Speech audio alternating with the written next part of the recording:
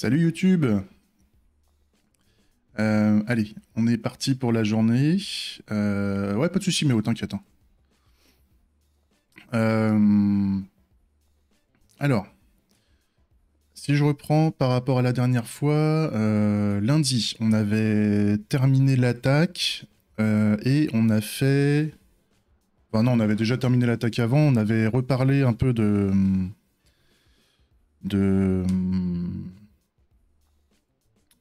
Enfin, on a fait un petit atelier gameplay le matin qui permettait d'avoir un peu la vue du jeu, enfin de faire une espèce de maquette de la vue du jeu. Ça, c'était plutôt cool. Et l'après-midi, on a attaqué, je crois qu'on a terminé l'attaque et on a fait du déplacement. On a fait une partie du déplacement, on n'a pas tout fait. Il y a encore beaucoup de choses à faire dessus. Donc c'est ce qu'on va faire, c'est ce qu'on va faire ce matin. Le truc que je voulais vous montrer, c'est que j'ai quand même rebossé un petit peu sur la maquette du jeu pour essayer de voir un peu comment gérer les contrôles, qu'est-ce qui se passe quand on est sur une unité particulière, comment on monte l'unité active et tout. Donc pour faire ça, oui, après je me suis pris une branlée à Worms, c'est vrai. Mais c'est pas top Worms quand on joue, quand on veut jouer avec des randoms, parce qu'en fait il y a pas énormément de gens qui jouent. En tout cas, il y a pas beaucoup de gens qui jouent en match public. En fait, il y a pas beaucoup de matchs disponibles, donc on attend des plombes pour rejoindre un match, et donc c'est frustrant, on a envie de faire des parties comme ça, et puis voilà. Donc j'ai l'impression que Worms est vachement utilisé pour les gens qui jouent entre eux. Mais autrement, c'est compliqué de jouer, quoi. Alors, la doc. Donc, la dernière fois, on s'était arrêté avec cet exemple-là. Je vais zoomer dessus. Voilà. On avait cet exemple-là.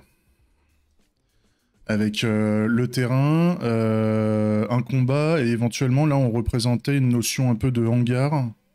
Un hangar d'un côté et la quantité de ressources qu'on avait, en fait, pour pouvoir crafter dans le hangar des nouveaux robots. Ou améliorer des robots existants.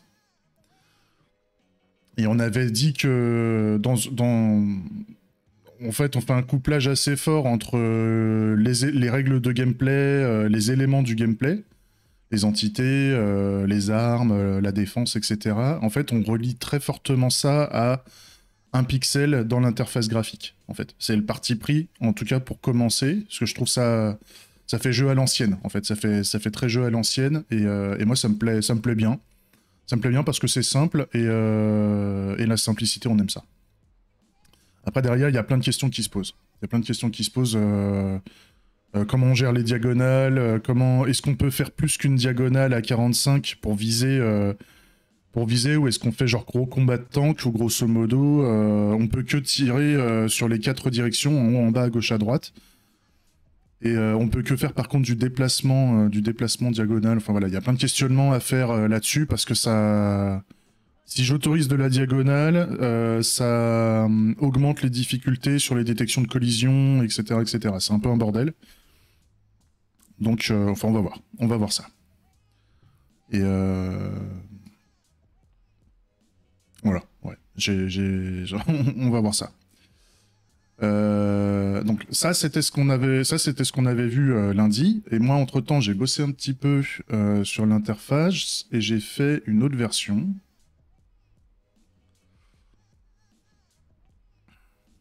Ouais, c'est ça, va falloir aussi gérer le fait que le robot soit composé de plusieurs pixels, grosso modo, dans l'interface graphique. Et donc faire un robot a des règles d'assemblage. Et qu'est-ce qui fait qu'un robot va se retrouver désassemblé à un moment? Enfin, il y a tout un merdier.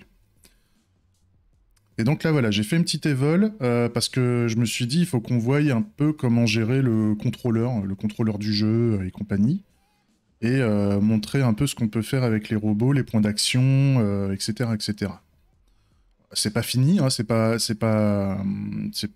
acté qu'on partirait dans ce genre-là, mais dans l'idée, ce que je me disais, c'est qu'un robot, ou c'est le tour du robot, hein, le jeu acte que c'est le tour de ce robot-là de jouer. Donc là, j'ai fait un robot un peu mouse, un peu mouse, un peu overkill, avec des boucliers un peu partout, etc. Et grosso modo, quand c'est ce robot-là qui est sélectionné, on a une espèce de sélecteur jaune là qui se met dessus, ce qui permet de faire ressortir le robot qu'on veut faire, enfin qu'on veut piloter. Et grosso modo, le robot, il a des points d'action en fonction de ses équipements, en fait. Donc il a des points d'action d'armes qui sont les petits points rouges, et il a les points d'action de déplacement qui sont les points violets. Pour pouvoir se déplacer, à partir du moment où il reste des points d'action violets, en fait, on va avoir le pad de déplacement qui va être disponible. Et le pad de déplacement, ce que je me disais, c'était un peu dans une approche tank, où quand on peut se déplacer, on peut soit aller en avant, soit aller en arrière, soit pivoter, en fait. C'est-à-dire que si je veux pivoter, ça va me coûter des points d'action, éventuellement, ou pas, à voir. Éventuellement, c'est que aller en avant ou en arrière qui fait dépenser des points d'action, mais par contre, pivoter, on peut pivoter à l'infini, si on a envie. Et c'est là où je trouve que le gameplay serait intéressant, parce qu'en fait, il n'y aurait pas d'aide à la visée, il n'y aurait pas d'accompagnement à la visée. En fait, c'est vraiment un peu, quand on joue à Worms, par exemple, pour les gens qui connaissent, quand on joue avec le bazooka, il y a un petit viseur devant, mais vite fait.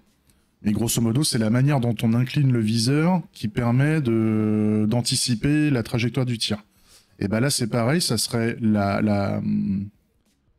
l'inclinaison du robot, la manière dont on l'a positionné, qui fait que quand on va tirer, après avec une arme, ça va tirer tout droit, en fait. Donc ça serait... ça permettrait d'avoir un aspect un peu sport sur la visée, ou dans le sens où si on sait pas viser, si on sait mal incliner, quand on va tirer, on va louper, quoi. Surtout si on est loin, si on est proche, justement, par rapport à la portée des choses, si on est proche, ça sera beaucoup plus facile de viser, parce que il y aura moins... Enfin, c'est moins compliqué. Pareil, il y a un bouton pour tirer, et puis il y a un bouton quand on veut arrêter le tour, quand on veut passer le tour, on a un bouton qui permet de passer le tour en fait en bas à droite.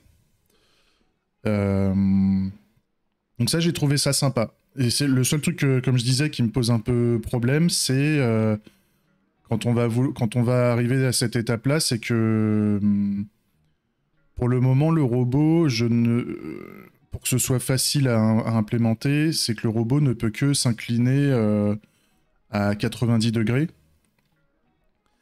pour pouvoir détecter les collisions plus facilement, etc., etc.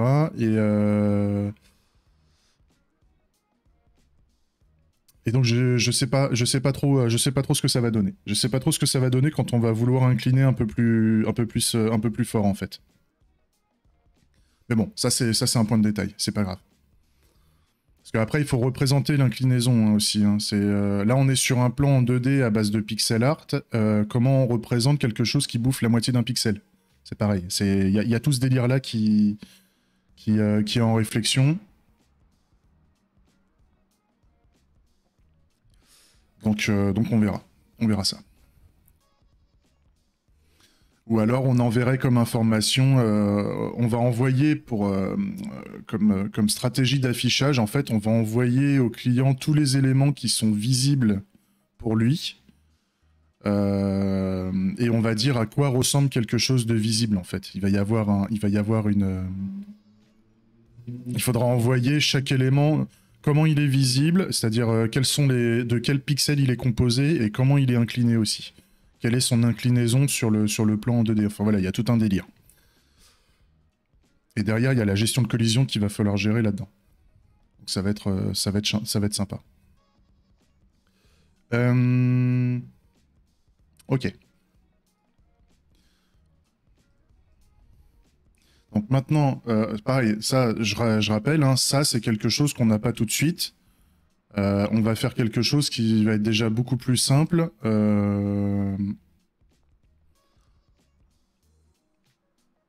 Puisqu'en fait, on va pas avoir la structure des robots de manière dynamique avec des pixels et tout. Au début, on aura juste une tour et un robot qui peut se déplacer. Comment dire, la tour et le robot vont avoir grosso modo une zone de collision dans le match. C'est ce qu'on appelle la hitbox, on appelle ça comme ça. C'est la hitbox, en fait, au niveau du robot.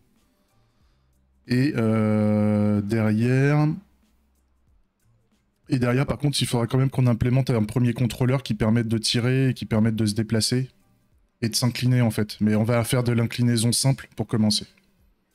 Si je dois simplifier, ça va se passer comme ça.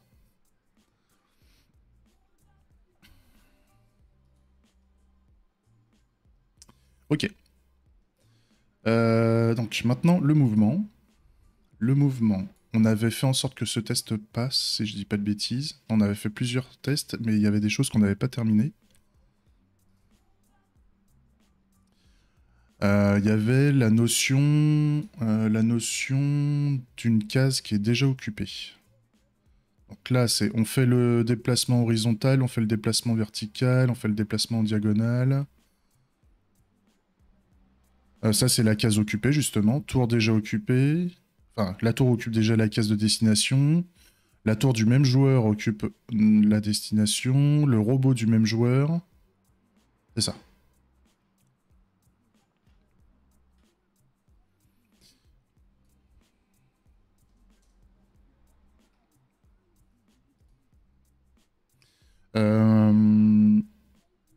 Donc là, maintenant, ce qu'il va falloir...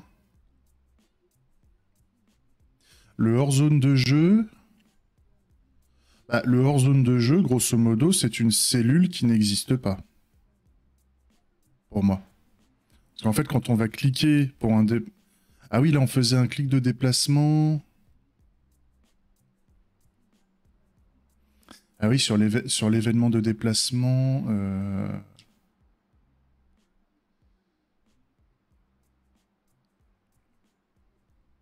Tu me diras, c'est pas l'événement qui vient du contrôleur du joueur, ça, le déplacement?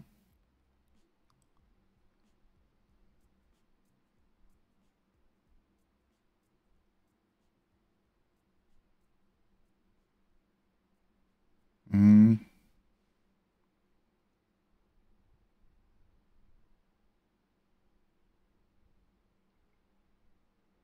Je suis en train de réfléchir.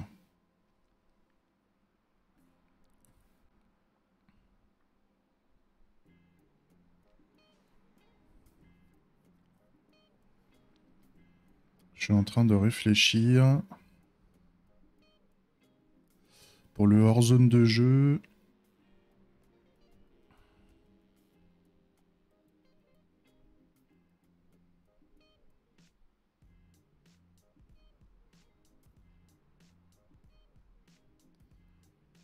Le hors-zone de jeu, il va planter normalement. À la limite, je pourrais envoyer une notification aux joueurs comme quoi la zone n'est pas accessible.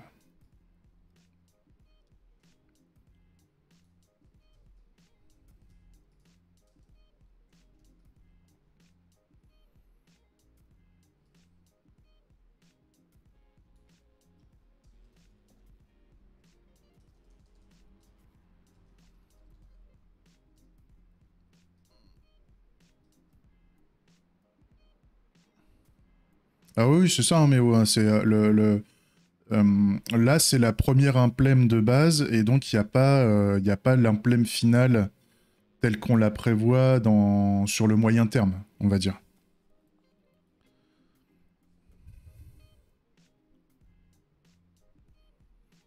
Et d'un point de vue contrôleur, en fait, euh, tel que je l'ai prévu comme ça, dans le contrôleur, en fait, le robot, on va donner des ordres de déplacement qui vont compter par 1 à chaque fois. On avance de 1 à chaque fois et sur le même tour, et donc tant qu'on avance de 1, on va bouffer un point d'action, enfin, dès qu'on va toucher en fait au pad de contrôle, ça va bouffer un point d'action à chaque fois. Alors, pour la rotation, je sais pas. Pour la rotation, il faudra se poser la question, mais pour moi, c'est un élément de gameplay important. La rotation, puisque c'est ce qui permettrait de se mettre, d'exposer un flanc plus protégé qu'un autre, etc. Donc on pourrait s'amuser à s'exposer pour tirer et se remettre dans une position de sécurité pour protéger une partie du robot qui est mal protégée. Donc c'est pour ça qu'à la base, je m'étais dit que toute action de déplacement ou d'orientation, ou de pivot, pour faire pivoter le robot, coûterait un point d'action de déplacement, en fait. Mais ça, c'est pareil, on peut affiner l'usage au fur et à mesure, quoi. C'est pareil, là, le robot, je crois qu'il a... Je lui ai mis 6 modules de déplacement, on va dire, on va appeler ça comme ça. Et en fait, j'étais dans l'idée que un module de déplacement donne 2 points d'action de déplacement, en fait. Et donc, ce qui fait qu'il en a 12. Et donc, ce qui fait qu'il peut pivoter beaucoup et ou se déplacer beaucoup. Et donc, il faut répartir entre les deux, entre le pivoter et se déplacer.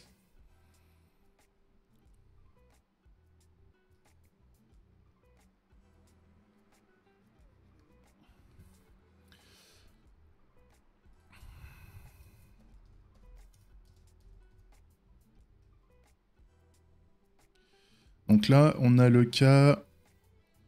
J'ai oublié d'incrémenter le test. Super. Donc là, on ne peut pas se déplacer parce que la cellule de destination est manquante. Donc...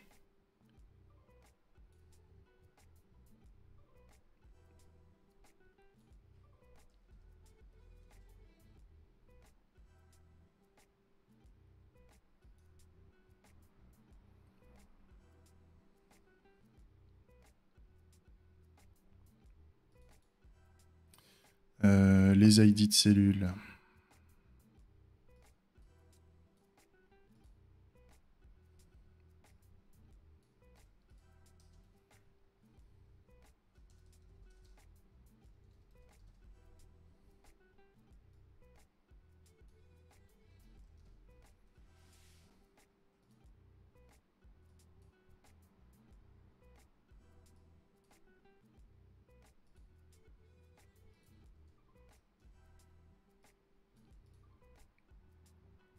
Donc là, je retire la cellule, ça c'est sûr. Et je mets rien d'autre en fait. Il faut que je mette juste... J'ai besoin de quoi? J'ai besoin du player B Tower ID. Donc player B Tower ID, il est là. Le match éventuellement, j'ai un joueur B. Le robot B, j'en ai pas besoin. J'ai juste besoin d'un player B, d'une tour B et d'un match. Avec le joueur dedans.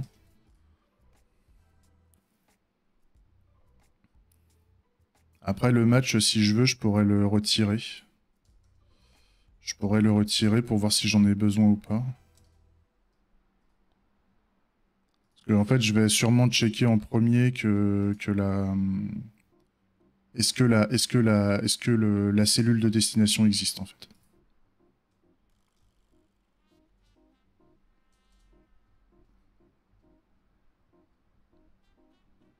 Voilà, je vais rester comme ça. Donc, sachant qu'on est sur la phase, oui. Sachant que on a le player B.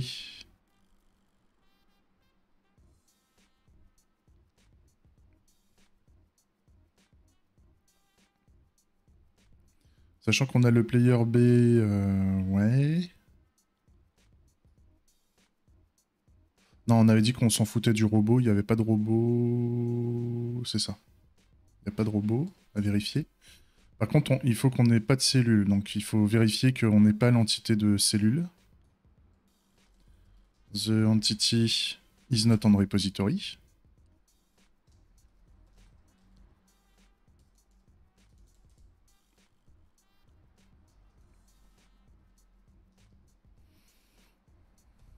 Tac, adapters, oui.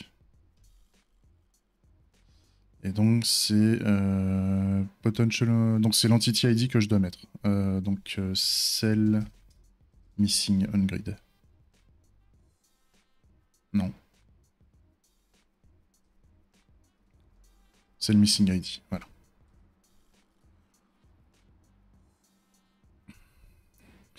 Ok, à la limite, ce que je peux faire là pour commencer, je peux lancer déjà les tests avec tout ça là.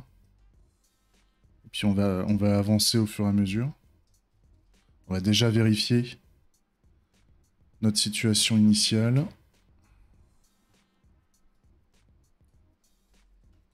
Tac.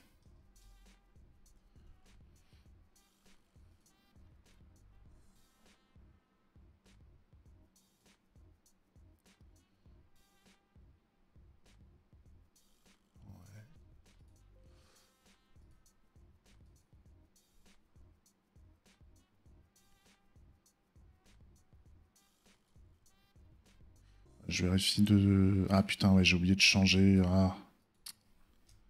J'ai oublié, j'ai laissé Worms en catégorie. Salut Slordef. Game Dev... Merde. Je sais même plus. Développement...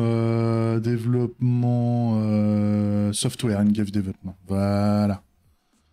Ouais, je m'étais dit, il me manque un truc aujourd'hui. Il me manque un truc ce matin. J'ai fait les annonces, machin. Et... Je suis pas encore habitué à changer les catégories. Donc là, il y a au moins un spectateur qui est là et qui croyait voir du Worms et qui tombe sur du code dégueulasse. Au secours. Ça va bien et toi? La semaine est cool. Le nouveau client, ça se passe. Écoute, c'est un gros client. Donc il y a plein de choses à faire. Il y a plein de choses à faire, c'est compliqué. Une grosse machine. Et donc, qui dit grosse machine dit de la patience pour faire bouger un peu les choses et que ça s'organise. Toi, oui, toi, j'imagine que t'attendais du code. Toi, j'imagine que t'attendais du code. Mais non, tout se passe bien. Et comme je disais, on a fait une petite ébauche. On a fait une petite ébauche de gameplay à la fois lundi, et moi j'en ai fait un peu plus hier ou avant-hier, je sais plus, dans mon coin. Et on arrive à ce genre d'interface pour commencer. C'est une maquette, hein. C'est pas du tout fonctionnel. Mais ça serait une espèce de cible qu'on souhaiterait avoir.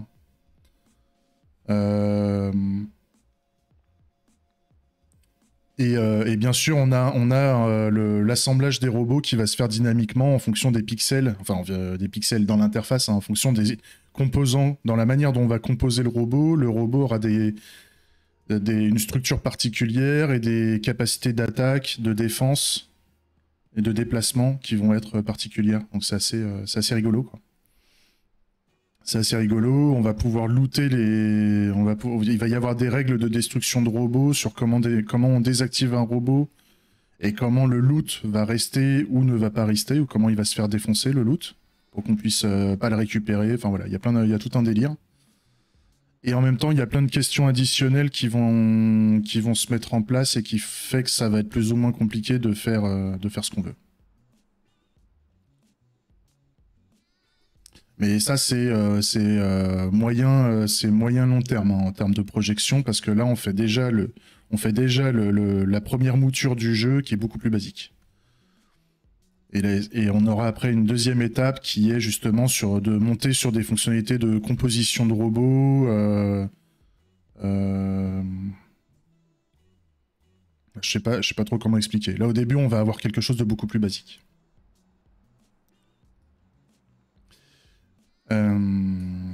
Ok, donc là, on veut faire l'événement de déplacement. Donc je me déplace sur une case qui n'existe pas.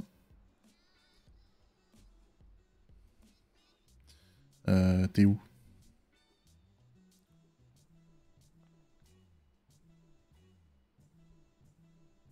Ouais.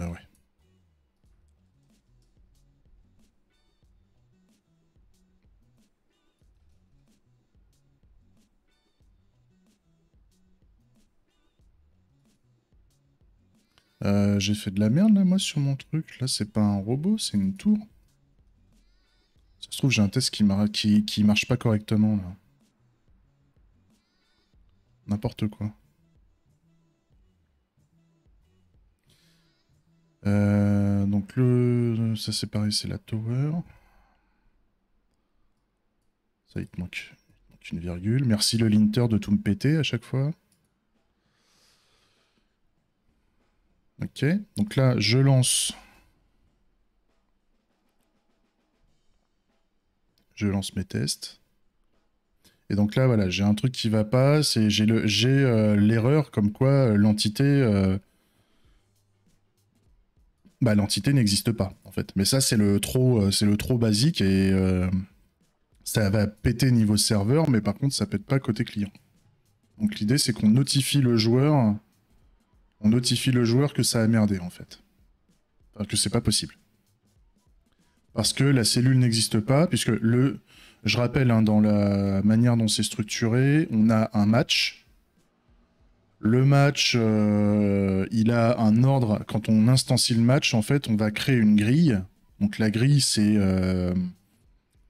notre espace en 2D avec des coordonnées, en fait. Il faut voir ça comme ça.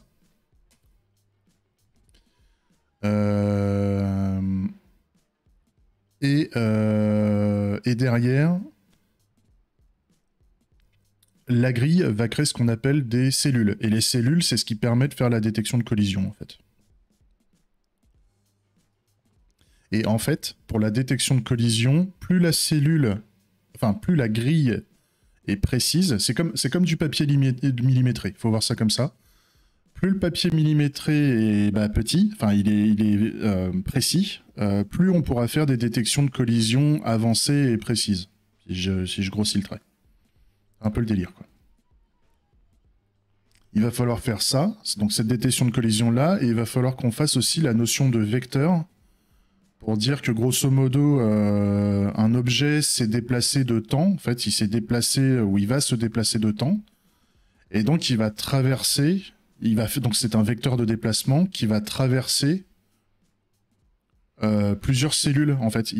Ça va rentrer en collision, le vecteur va rentrer en collision avec plusieurs cellules dans le jeu, et grosso modo, sur l'ensemble des cellules qu'on va vouloir traverser, est-ce qu'il y a une cellule qui contient, ou qui commence à contenir un élément physique du jeu, enfin un élément qui est percutable d'un point de vue arme ou robot ou je sais pas quoi. Et après, donc ça va générer le fait qu'il y ait une détection de collision comme ça va permettre d'indiquer que, enfin, ça va permettre, on va avoir un collision system qui va générer des événements de collision. Et par exemple, on va avoir laser à toucher le pixel noir du robot machin.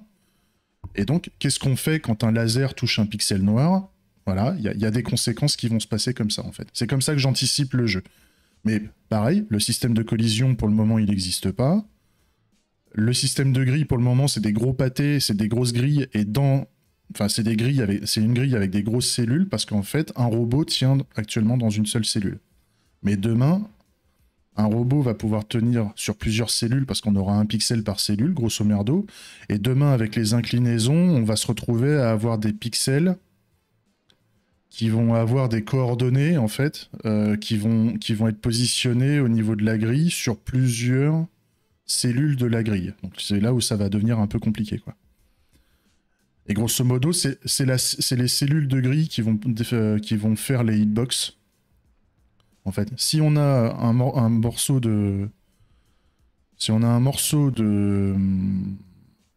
composants de robot qui mange un peu sur une cellule et qu'on a le laser qui rentre dans la cellule, ça veut dire qu'on a collision avec le robot, en fait, dans le niveau de précision qu'on se donne. Et nous, on peut créer... le truc, c'est que plus on va créer de grilles, plus ça va être compliqué, plus ça va demander des ressources pour faire de la détection de collision. C'est pour ça, il ne faut pas être ni trop précis, ni trop imprécis, parce que sinon, on va faire des collisions de merde. Grosso modo, on va avoir des hitbox dégueulasses. Là, pour ceux qui connaissent les hitbox dégueulasses, c'est... je donne un coup d'épée à 3 mètres d'un ennemi, alors que mon épée fait 50 cm, et ben je touche l'ennemi. Donc ça, vous avez ça dans certains jeux. Grosso modo, les hitbox, elles sont pas du tout optiques. Et ça fait une expérience de jeu où en fait, on se fait toucher à distance alors qu'on pensait qu'on n'était pas touchable. Ou inversement, on touche des trucs à distance alors qu'en fait, on peut pas les... Enfin, dans la réalité, on n'arriverait pas à les toucher, quoi. Donc tout ça, quand tu l'expliques comme ça, quand tu le visualises, ça a l'air ok. Mais derrière, il faut le coucher sous forme de spec pour valider le comportement. Et c'est là où on rigole. Parce que c'est le genre de truc, ça, si on le fait mal, c'est buggé dans tous les sens. Hein. Donc c'est pour ça que le faire avec des tests qui expliquent clairement le comportement attendu, qui fait des mises en situation sous forme d'exemple pour dire dans quel cas dans quel cas ça touche, dans quel cas ça va générer l'événement de touche et dans quel cas ça ne va pas générer l'élément de touche. C'est comme ça qu'on va faire émerger l'algorithmie dans l'approche TDD en fait du système de collision en fait.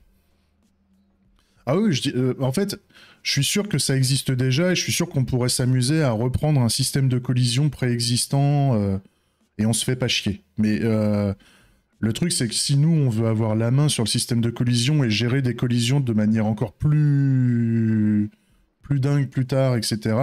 Puis c'est le plaisir d'avoir son propre moteur de jeu, en fait. Et je sais qu'on n'a jamais dit que ça devait être facile. Ça, je sais bien. Mais c'est la différence entre, tu sais, entre ceux qui disent bon allez, je réutilise des moteurs de jeu existants ou en partie existants et j'utilise des systèmes où je fais du copier-coller Stack Overflow sur la meilleure réponse du système de collision qui existe ou je sais pas quoi. Ou des paquets, comme tu dis, Méo, des packages de jeux préembarqués qui t'embarquent des systèmes de collision et donc il y a un contrat d'interface avec le système de collision et tout ça. Mais en fait, tu reposes sur l'implémentation des autres. C'est-à-dire que toi, à un moment, si ça te plaît pas, si ça te fait du comportement qui n'est pas adapté à ton jeu, c'est quelqu'un d'autre qui l'a fait. Donc tu sais pas comment ça marche, tu l'as jamais fait. Et pour moi, c'était pour ça que je disais que je voulais créer mon jeu. C'est que pour moi, ce sujet-là est assez important pour que je veux le gérer moi-même. Par contre, la stack qui permet d'envoyer un appel réseau en pas SSR, j'ai plus le mot. Ah, le truc qui permet de faire l'envoi d'événements réseau entre le client et le serveur, par exemple, bah oui, bien sûr qu'on va utiliser une lib et c'est toujours la question, c'est quel est mon cœur de métier? Quel est le cœur de métier? Quel est mon système de valeur? Moi, le système de valeur, c'est le jeu, avec le système de tournoi associé, etc. Si demain, le jeu, on s'en fout, et grosso modo, le jeu n'est pas la valeur, et on veut faire juste une espèce de... On veut faire une console de jeu, en fait, on veut développer une console de jeu, et le jeu n'est pas important. Le jeu est fourni par quelqu'un d'autre. Dans ce cas-là, on mettra de l'abstraction par rapport à ça, quoi. C'est tout le... C'est toute la réflexion entre est-ce que je prends du générique, est-ce que je prends quelque chose sur étagère, ou est-ce que je le fais moi-même?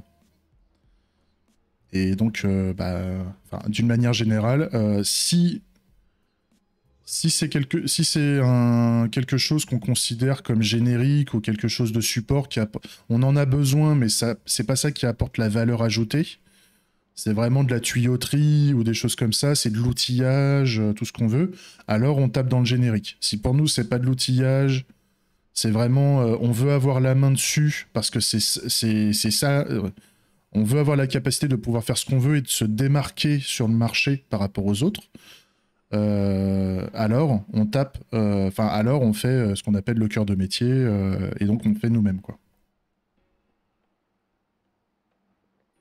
Avec de temps en temps, on va pas se mentir, de temps en temps du niveau de grille entre les deux, où il y aura potentiellement des portions de système où on pourrait, par exemple, là, le moving system, là, par exemple, le moving system, j'aurais pu, quand il y a un événement move qui arrive dans le moving system, je pourrais dire, bon, bah, ok, je vais faire une interface et je vais faire un moving system, je pourrais utiliser un moving system préexistant, quoi. Il y aurait tout un délire. Ok, donc là, moi, ce que je veux, c'est que... merci, Méo. Et bien sûr, comme d'hab, tout ce que je dis là, potentiellement, c'est de la merde. Je suis à côté de la plaque et l'avenir me le dira. Donc là, je veux pas que ça plante mon use case parce que c'est un cas où ça pourrait arriver si le joueur se trompe, en fait. C'est ça, c'est leur def. Parce que ça, c'est un cas où ça pourrait arriver, où le joueur il veut continuer à aller à gauche alors qu'il est sur la limite du terrain. Ça, c'est OK. Donc, moi, ce que je veux pas que ce soit un plantage comme ça. Je veux notifier le joueur comme quoi il n'a pas le droit, comme quoi la destination est manquante, quoi. Comme quoi il peut pas se déplacer. Donc, on va aller sur le moving system. Et le moving system, donc là, voilà, c'est là où ça plante, c'est quand on veut choper la cellule, en fait.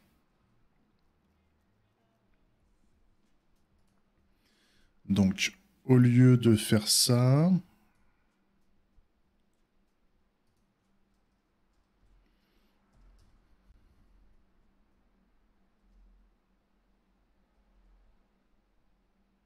non, j'ai une bêtise. La cellule ID, on l'a. Ça, c'est une bêtise. Ça, c'est vraiment une bêtise. C'est parce que là, on fait un retrieve entity by entity ID. Voilà, c'est lui qui déconne. Parce que là, on a la cellule qui n'existe pas. Donc, en fait, on pourrait rajouter ici. This. Interact with entities.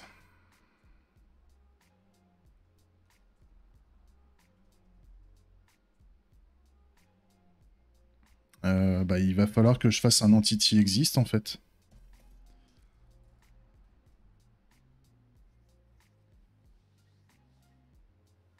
Ah, tu me diras, non, c'est pas possible. Ça serait pas possible, ça, parce que ça veut dire que pour générer l'événement de déplacement... Pour générer l'événement...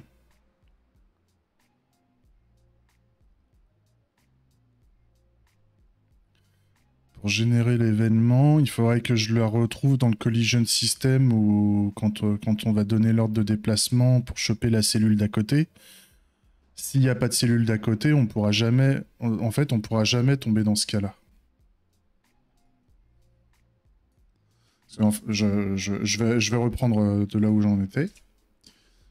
Je reprends. J'y reprends. Tac. Là, on a un événement qui dit « Je veux me déplacer vers cette ID de cellule ». Donc ça veut dire qu'on a déjà réussi à récupérer la cellule ID pour pouvoir générer l'événement move. Mais si, pour pouvoir récupérer l'ID de cellule, ça veut dire qu'il faut qu'elle existe avant. Parce que ça sera des ID générés, ça sera des UID hein, qui vont être générés, donc c'est pas la cellule... la cellule, elle va pas avoir un tag cellule 24A, enfin X20, X24, Y24. En termes d'identifiant. Donc on peut pas la choper par rapport à son emplacement sur la grille. Ça va être un système de... On va essayer, on va query en fait les cellules qui sont à côté de nous en fait. On va query les cellules par rapport à leur composant position qui donne l'emplacement XY. Donc s'il n'y a pas de cellules qui ont un emplacement XY, on ne peut pas générer l'événement move, etc. Donc en fait, ce test-là, il n'est pas nécessaire. Ce test-là n'est pas... Le hors-zone de jeu, en fait, il n'arrivera jamais. Après, si je me trompe, l'avenir nous le dira, mais là... Là, pour moi, ce scénario n'existe pas. Donc, super. Du comportement en moins à faire. Par contre, pas assez de points d'action, ça on en a besoin, pas le bon tour et pas nos unités. Donc là, ces tests-là, il faut les faire. Donc on va faire pas assez de points d'action. Parce que celui-là, normalement, il est assez facile.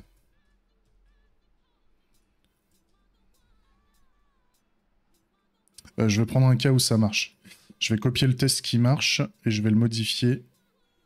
On va plutôt faire ça. On va prendre un test simple où on fait un déplacement horizontal. Voilà. Je veux faire un déplacement horizontal, mais en tant que dans le phasing du jeu, j'ai pas assez de points d'action pour faire le déplacement.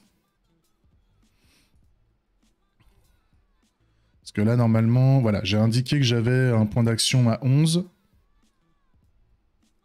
Donc, par contre, je vais changer la description du test.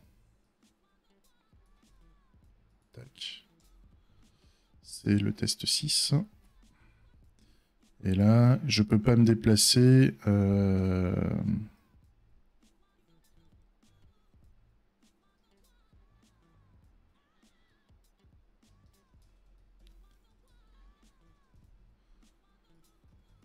Voilà, donc je suis le joueur A, j'ai une tour, je veux me déplacer, je veux déplacer la tour sur la cellule X2, Y1, tout ça, ok. Pas dit problème. Par contre, au début, je veux acter que... donc je suis en player at tower phase, et par contre, je dis qu'il me reste 0 point d'action, en fait. Parce que là, je peux indiquer les action points, je peux overwrite les action points par défaut sur la phase. Donc là, je veux dire que j'ai toujours 0 action point. Je veux pas en avoir -1, par exemple. Par contre, je dis que je suis...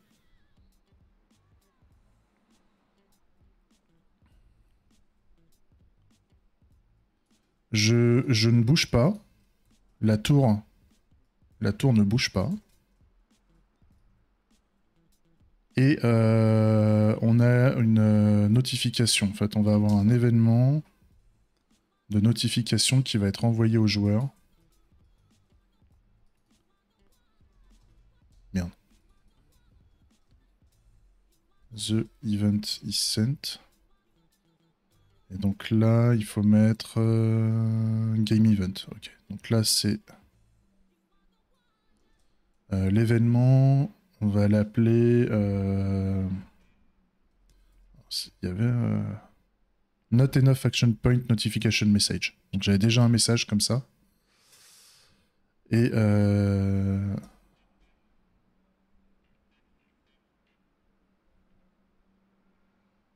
Ah oui, donc ça c'est le message. Ok. Donc l'événement, c'est Notify Event. Pour le joueur A, donc on va mettre un player A ID. Et pas assez de points d'action.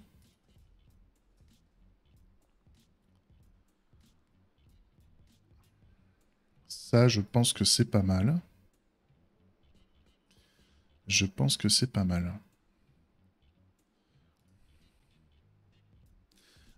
Par contre, il faut que j'indique dans le phasing. Voilà, phasing, player at tower phase. Alors déjà, je lance les tests, mais ça va planter. Le test va pas marcher parce que justement, par rapport au début, en fait, je suis censé avoir 0 point d'action et j'en ai 12. Donc en fait, je lui cale 0 point d'action.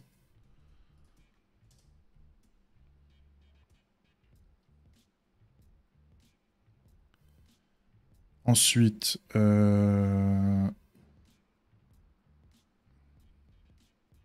là, il y a le zen, justement. Donc en fait, ça s'est déplacé.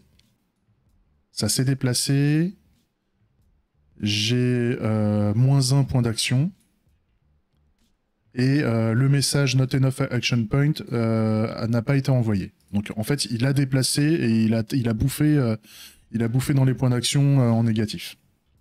Donc ça, c'est le comportement qu'on veut pas d'ailleurs. C'est le comportement qu'on veut pas du tout. Donc on va dans notre moving system. Donc on a est-ce que la position est buzzy? Ouais.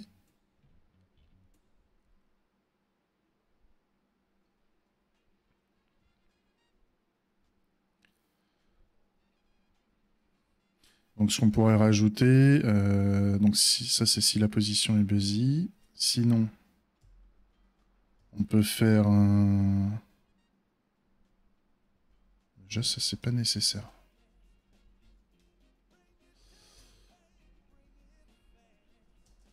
Donc là on pourrait faire un this enough action point.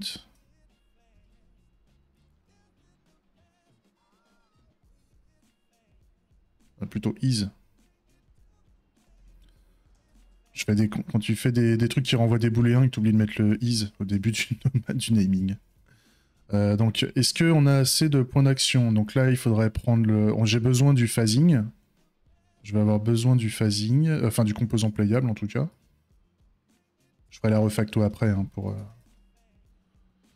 J'ai besoin du composant playable pour choper le phasing justement et consulter les points d'action. Et j'ai besoin du joueur... Non, j'ai besoin de connaître...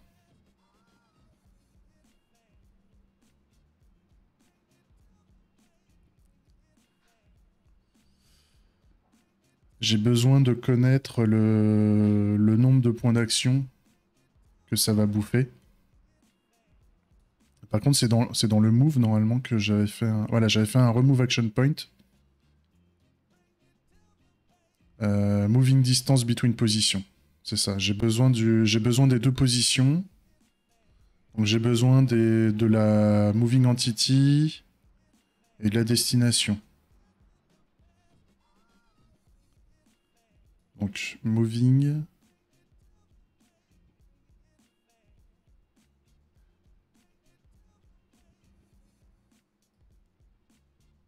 Ah, en fait, je pourrais le mettre dans le move en fait directement.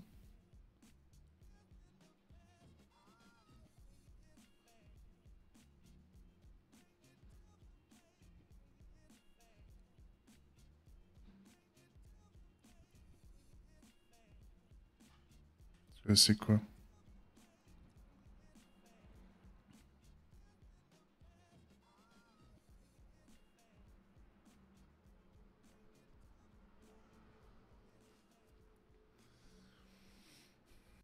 Histoire de... Oh, je peux faire au plus simple au début en fait. Je vais faire au plus simple.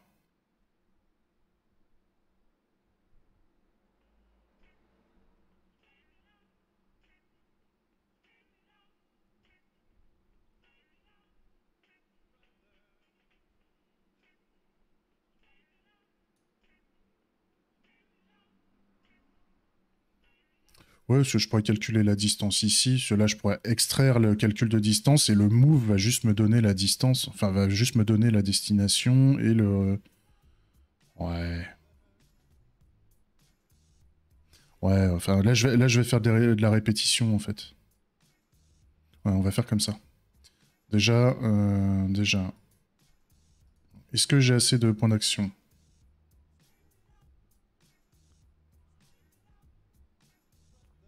On va plutôt faire un is not enough action point, justement, comme ça.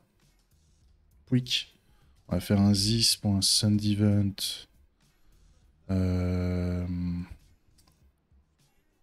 C'est quoi déjà? Player notification. Notify event, pardon.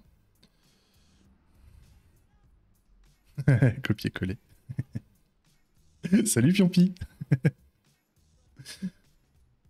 Je voulais aller te voir à tes streams là dans la semaine, mais putain, j'ai pas eu le temps. J'étais en train de bosser là. Quel enfer. Je vais te faire au moins un petit coucou pour voir comment ça allait.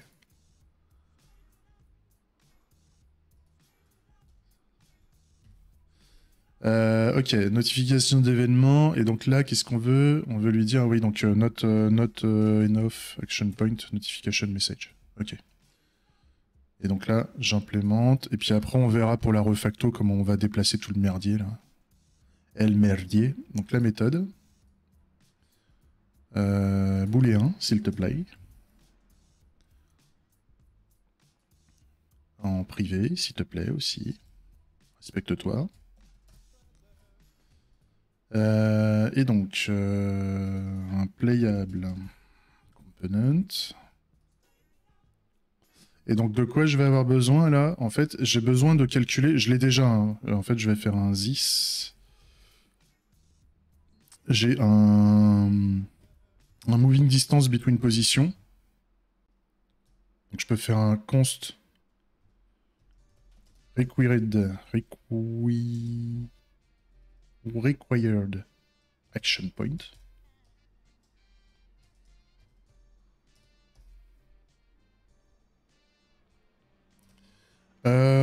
Ouais, moi alors ça avance pas mal. On a fait la reprise il y a 2 semaines à peu près.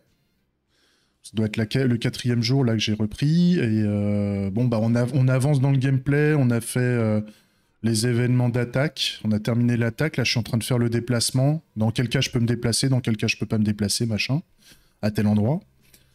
Et on a fait une projection d'interface de jeu orientée pixel art gras, très gras, le pixel, tu vois, bien gros pixel. Donc orienté pixel, ça me rappelle la ColecoVision, tu vois. Ça nous rajeunit pas. Donc on a fait une espèce d'ébauche d'interface de jeu en fait pour représenter comment on voudrait avoir le jeu à terme et est-ce que les éléments de gameplay qu'on a en tête iraient avec cette interface de jeu. Et en fait on arrive à peu près à ça à date. On arrive à ça à date où en fait on peut composer le robot qu'on veut durant la phase de préparation du match. Et en fait, c'est en fonction de l'assemblage de pixels qu'on va faire. En fait, on a différentes. Les couleurs de pixels, en fait, sont des différents types de composants. On a des composants. On a 4 composants aujourd'hui en tête. On a la structure. Grosso modo, ça va être de l'armure, je pense. Mais ça fait rien. Ça fait rien d'autre que donner de la structure. Mais c'est sans structure, on peut pas avoir le robot. On a de l'arme, du bouclier. Et arme, bouclier et déplacement, capacité de déplacement. Et donc en fait, en fonction de comment tu composes ton robot aura plus ou moins de capacité d'attaque, capacité de déplacement et des boucliers pour se protéger à tel endroit, machin. Donc on peut faire des petits robots, des gros robots et compagnie.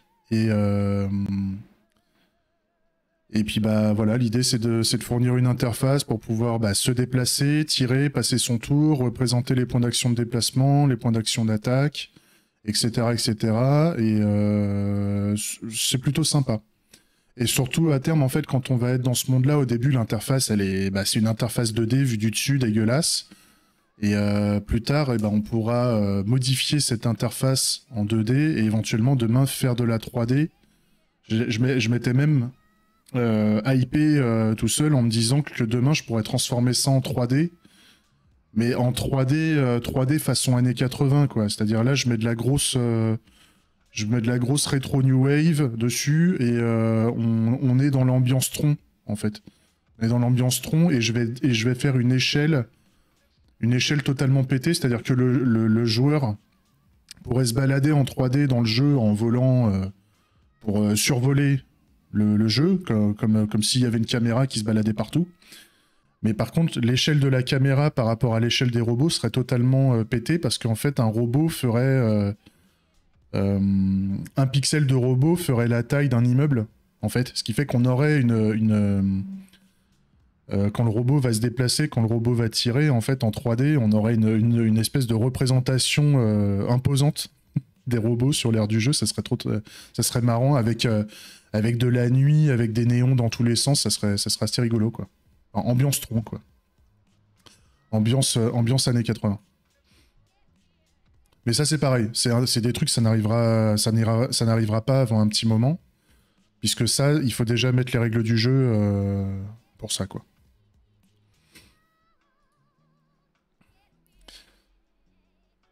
Donc, donc j'ai besoin de la position, donc je vais avoir besoin donc de la current cell position. C'est une position.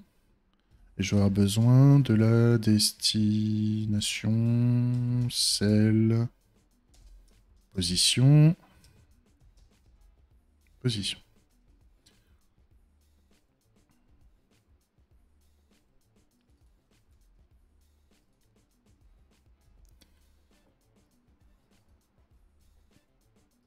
Voilà. Et donc, si required action point est supérieur à playable component Ah non, c'est pas... Oh putain, quel con, c'est pas un playable que j'ai besoin, c'est un phasing. Quel con. Phasing component. Phasing component.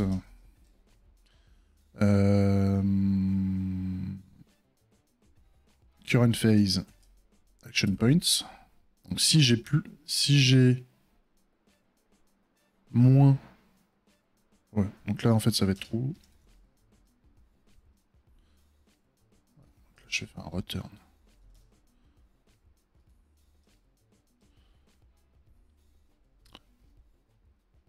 Oui, donc pas assez.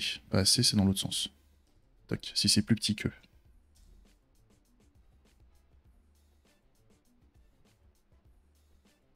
Ah non, si c'est plus grand, justement, j'ai pas assez. Là, j'ai besoin de 5 points d'action, mais actuellement, dans ma phase, il m'en reste plus que 3. Ok.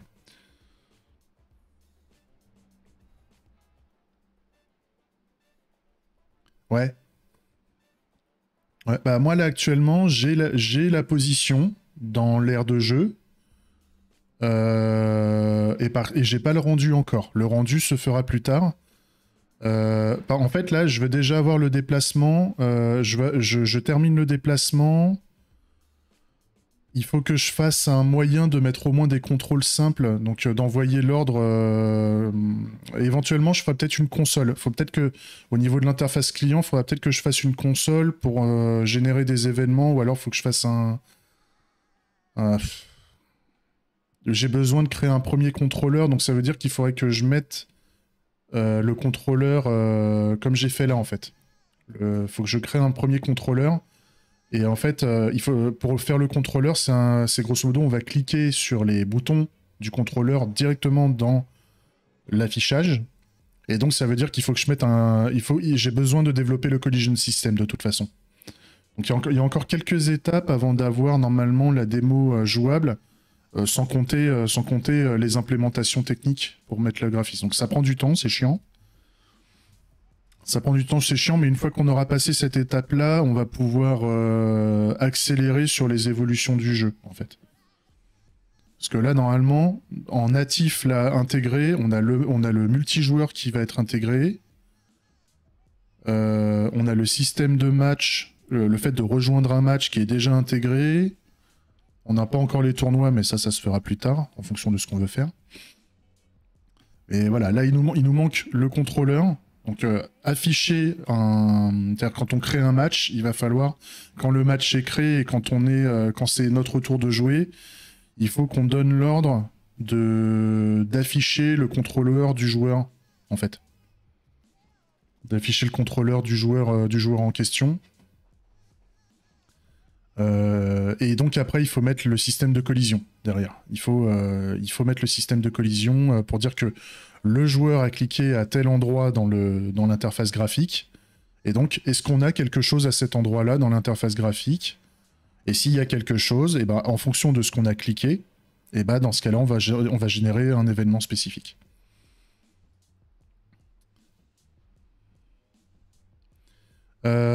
Pour la communication client-serveur, j'avais prévu pour que le client envoie un événement au serveur, on va faire du REST basique, donc c'est-à-dire on va envoyer un appel API de type post qui va envoyer l'événement que le joueur a fait, et le seul événement pour le moment que j'anticipe qui est supporté côté client, c'est de dire que le joueur a cliqué à tel endroit, à telle coordonnée en fait, dans l'interface graphique.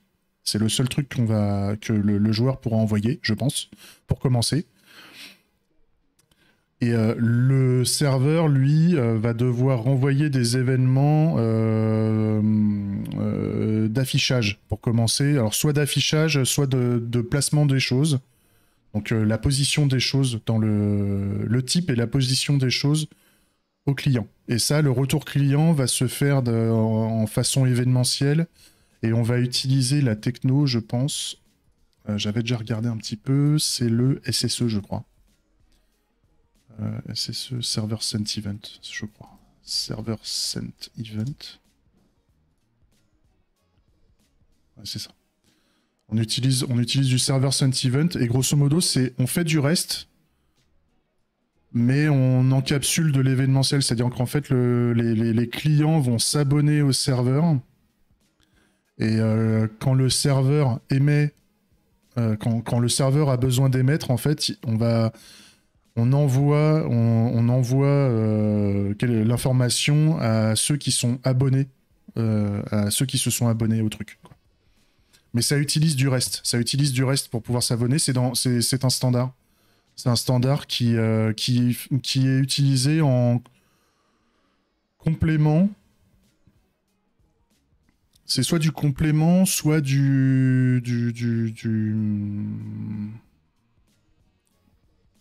soit ça remplace complètement WebSocket, en fait. WebSocket, j'ai jamais fait, donc c'est pour ça je me dis autant faire du SSE, et c'est connu, hein, c'est pas un truc qui sort derrière les fagots. Mais si je vois que ça marche pas, si je vois que je sais pas bien faire, bah éventuellement je me tournerai sur du WebSocket. En fait, je m'interdis pas de changer de techno sur ces aspects-là. C'est pas grave. Parce qu'en fait, on a toute une abstraction entre la logique du serveur, la logique du client, et les moyens de communication entre les deux. Donc si à un moment on veut changer la manière dont ça communique, si on veut faire du pooling REST, si on veut faire du WebSocket, si on veut faire du SSE, enfin on s'en fout, on peut faire ce qu'on veut.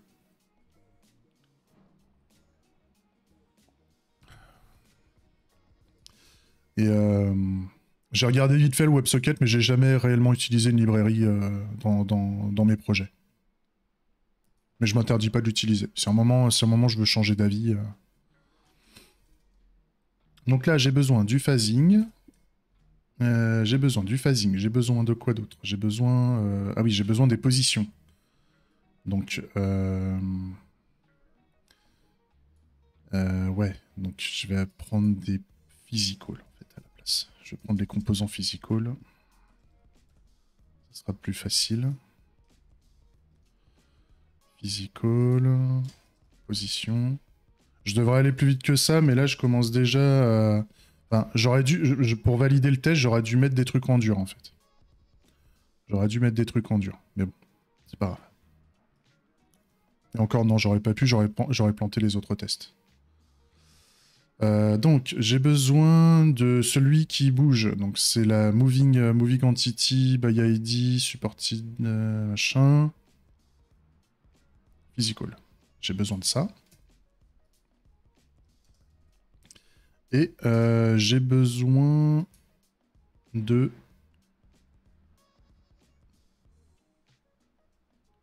Ah oui. En fait, j'ai besoin de ces deux trucs-là. Hein. C'est pas plus con. Voilà. Ok. Et donc là... Merci Piompi. C'est gentil. Puis toi aussi, bon courage. Ok, donc là, voilà, j'ai le test qui est passé. Donc ça, à la limite, je peux prendre ça ici. Tac. Voilà, donc là, les tests passent. Donc comment je peux... parce que là, je réutilise plein de trucs. Je réutilise ça plein de fois. Je me dis que ça, je pourrais l'extraire. Je pourrais extraire cet appel, là, moving distance between positions. Je lui fais une extraction et on va le réutiliser avant, quoi. Parce que ça me donne un nombre. Ouais, c'est ça. Donc...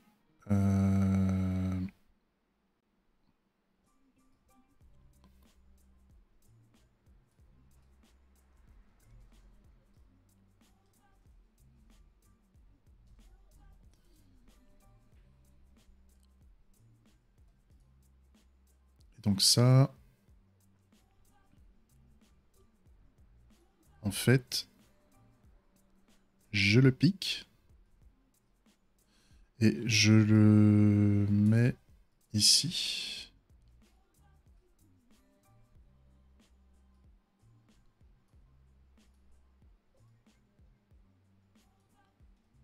On y va tranquille. Hein. On y va tranquille.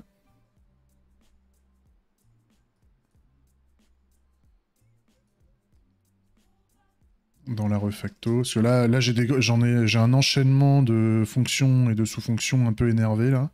On va améliorer ça, parce que ça me plaît pas trop. On va le faire tranquille.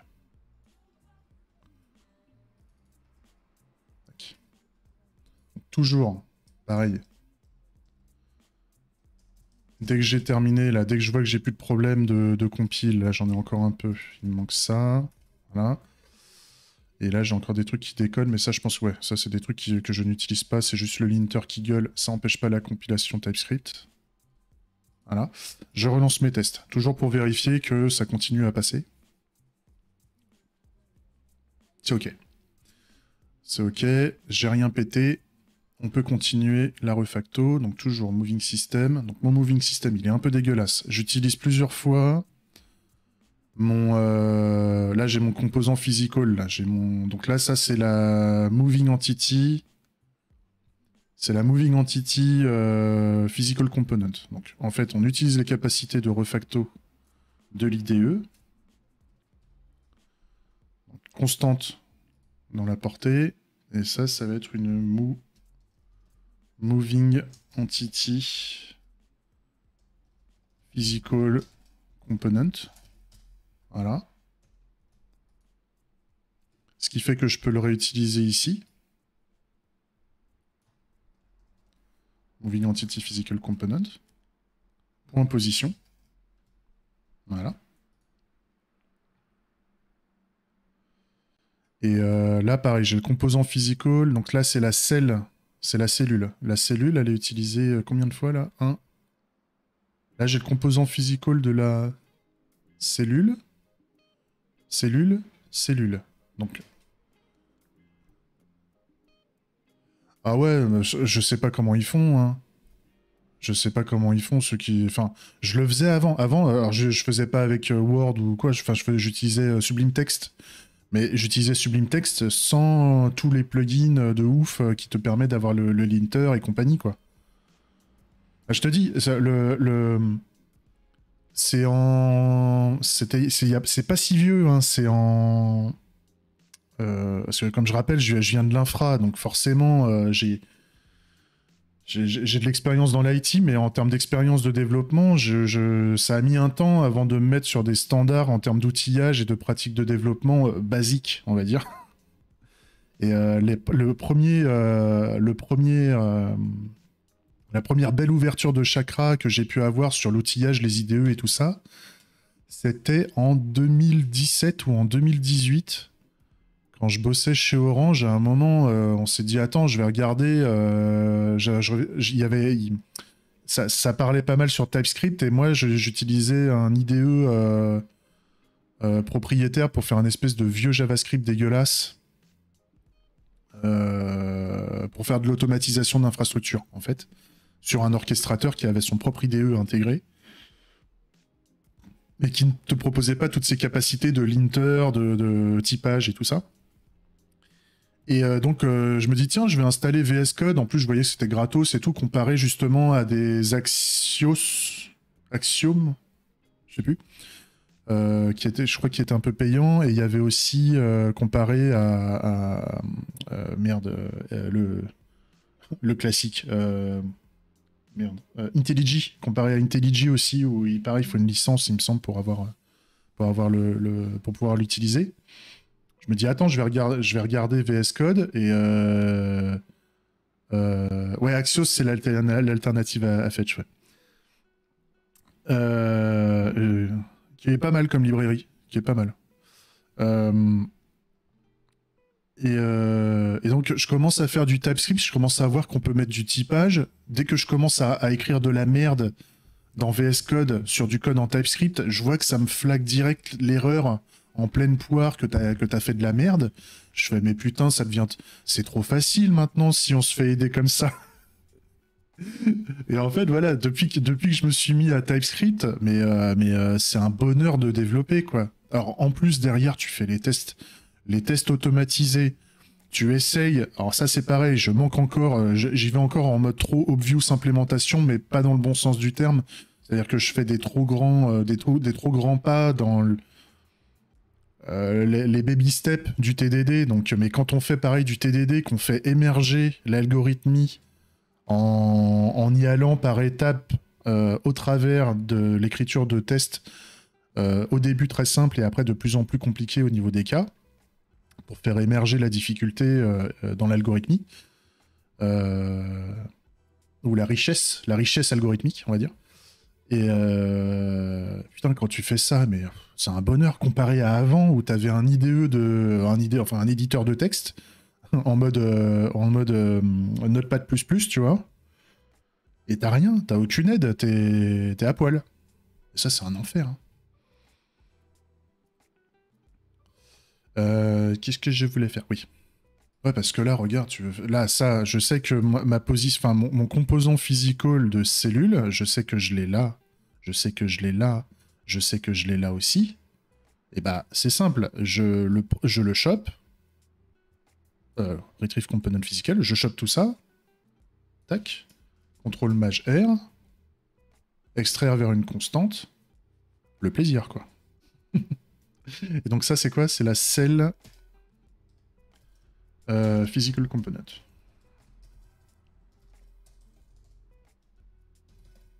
Ah.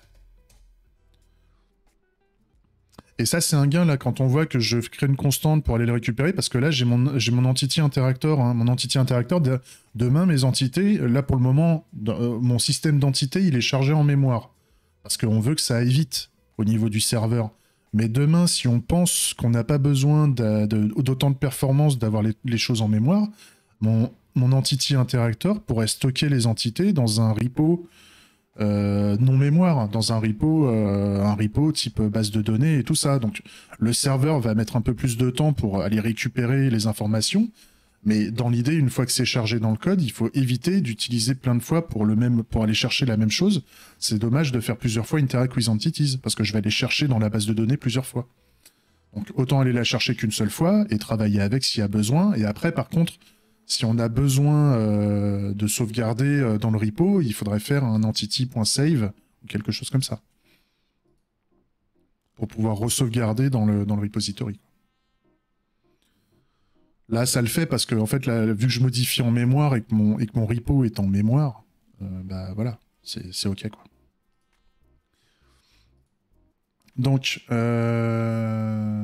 tac, tac, tac. Qu'est-ce que je voulais?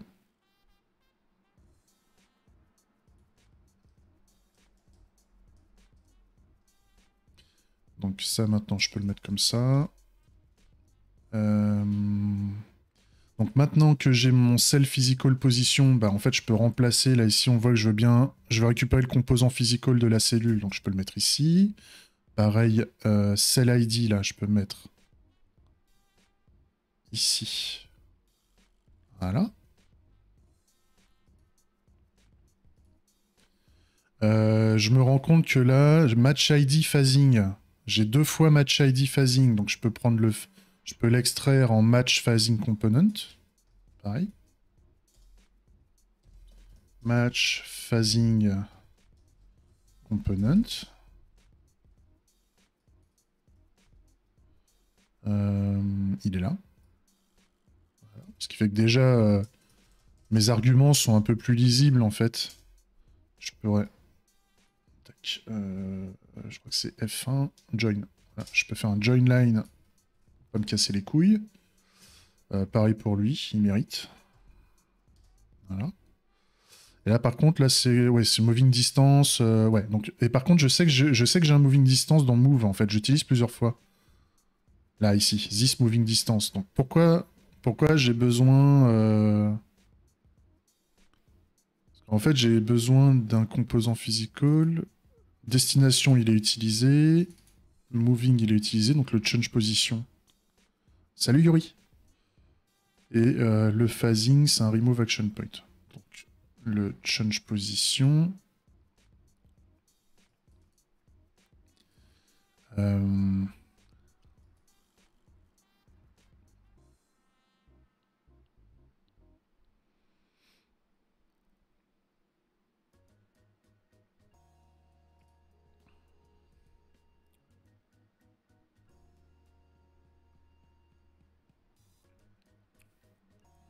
C'est con.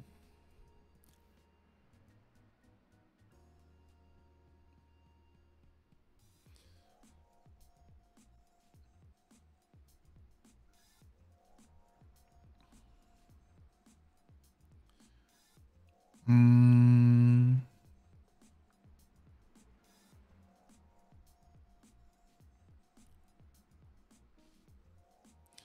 Ouais, ça va super bien. Là, aujourd'hui, on continue à avancer sur les besoins de la fonctionnalité de déplacement, en fait. On avait commencé lundi dernier, en soirée, et là, on termine. Enfin, on termine, il y a encore des cas. Et le cas en question, c'est de dire j'ai pas le droit de me déplacer sur une cellule, enfin, sur un emplacement qui n'existe pas dans l'aire de jeu. Et oui, ouais, ouais. Après, en loose D, on pirate la NASA. Enfin, on fait des trucs de ouf. Pour le plaisir. Je vais extraire ça, hein. Je vais extraire ça, hein. Ça, c'est action point en fait.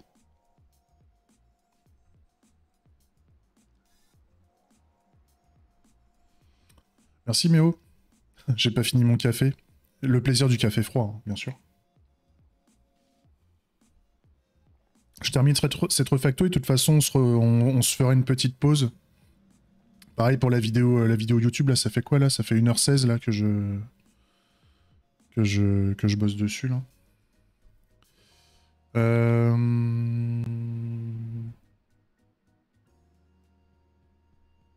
toute façon, en fait, on va faire ici.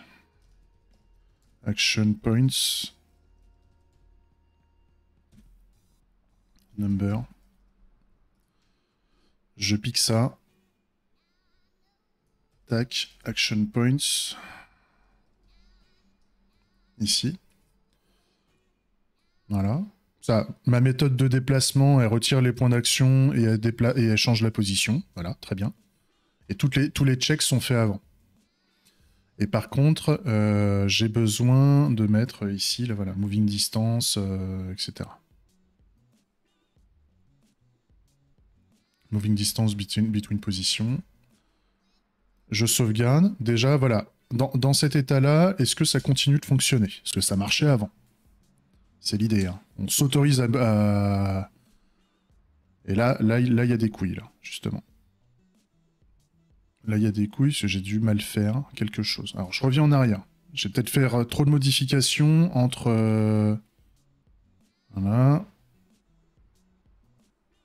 Voilà.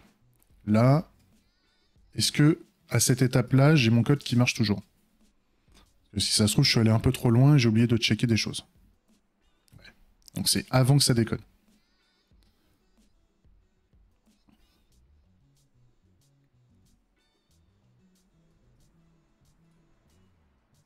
Je reviens encore en arrière.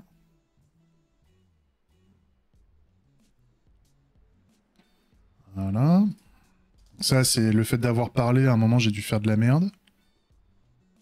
Votre faute, ça encore. Hein.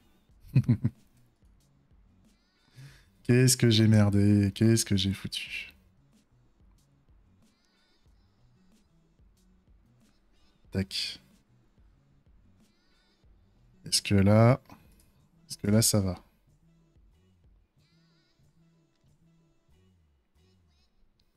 Bah, ça fait longtemps que j'ai pas testé. Hein. C'est là où on se rappelle que... Vache.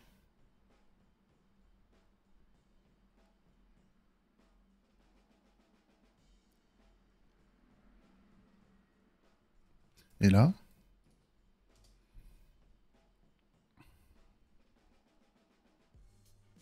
Là, c'est OK. Donc, il y a un moment, j'ai dû me tromper dans quelque chose. Donc, on reprend proprement et on va tester à chaque étape pour vérifier que j'ai pas fait de la merde. Donc, on s'était dit que on voudrait avoir directement...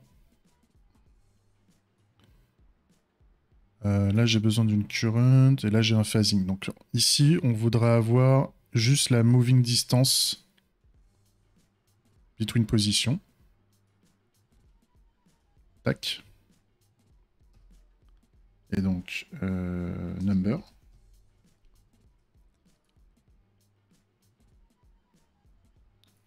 Tac. Moving.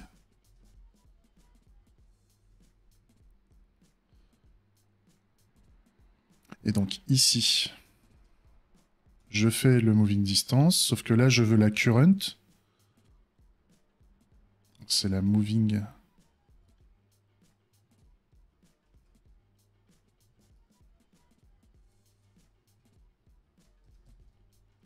Voilà.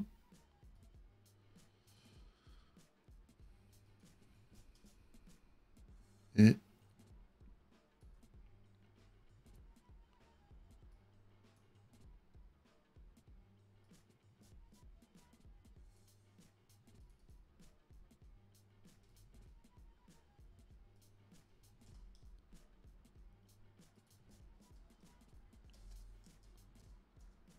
alors, est-ce que ça déjà...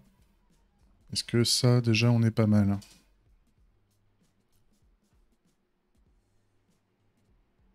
Ok. Donc là, c'est bon. Ça marche toujours. Donc, c'est là que j'avais dit, là, je veux extraire ma cell physical component. Donc, je recommence. Extraire vers constante, cell physical component. Tac, je lance les tests.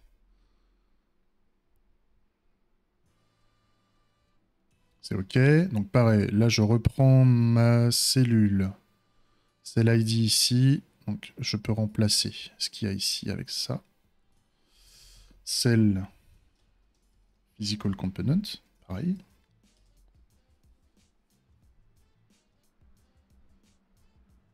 OK. Et pareil là-haut.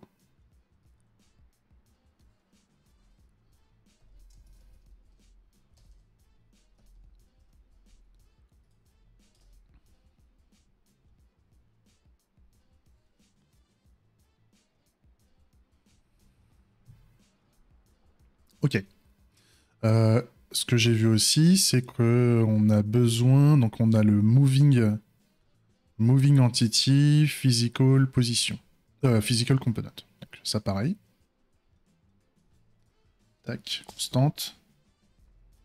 Moving entity, physical component. Comme d'hab, on relance les tests. Et là, on a un problème. Donc c'est le fait de déplacer la...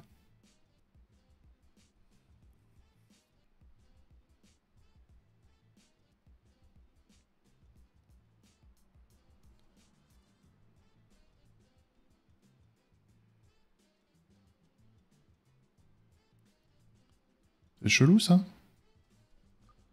Alors que j'ai fait juste une...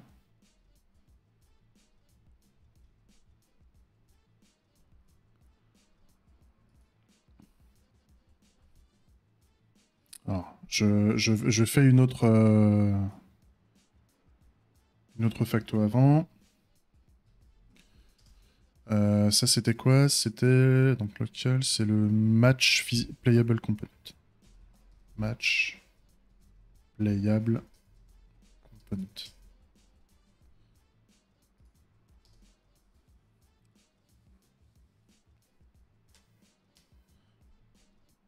Ok. Et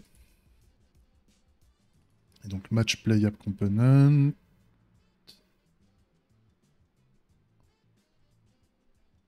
Non, c'est pas le play. Je l'ai qu'une seule fois. C'est pas forcément. C'était le phasing que je voulais extraire. Ouais, c'est ça. Donc lui, j'ai pas besoin au final. Lui, je peux le laisser ici. C'est le phasing component qui m'intéresse. Match phasing component.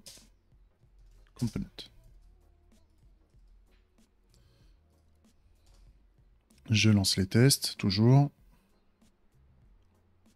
Ok, donc ça veut dire que mon match phasing component, je peux le réutiliser ici.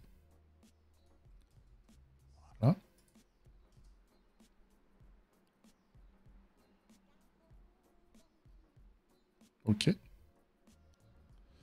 Et c'est là où il y a un truc qui va pas. Et pourtant, c'est la même chose. Donc, j'avais fait cette espèce d'extraction. Donc là, le physical.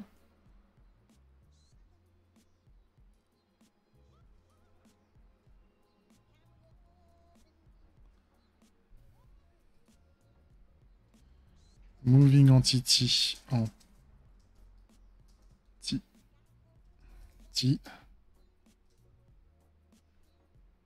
C'est physical. Je crois.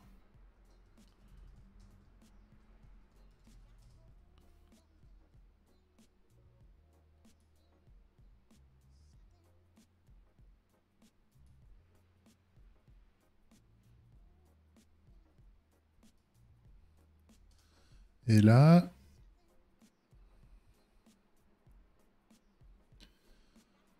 Là, ça marche pas.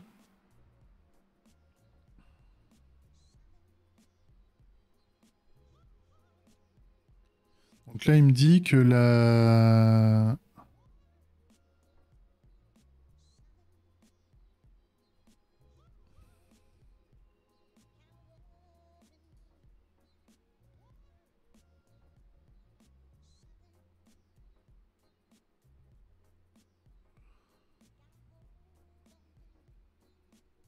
Donc il me dit que l'entity type... Ce qui est bizarre parce que c'est quoi? C'est un robot...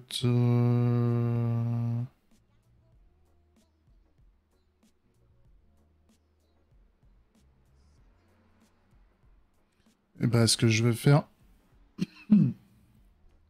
Je vais mettre les entity types là parce que je vais modifier ça là. Ah, j'ai oublié de dire que j'ai fait des légers refactos un peu partout pour extraire les chaînes de caractères. Je l'ai fait pendant la semaine, vite fait, hein, c'était vraiment un petit des trois conneries.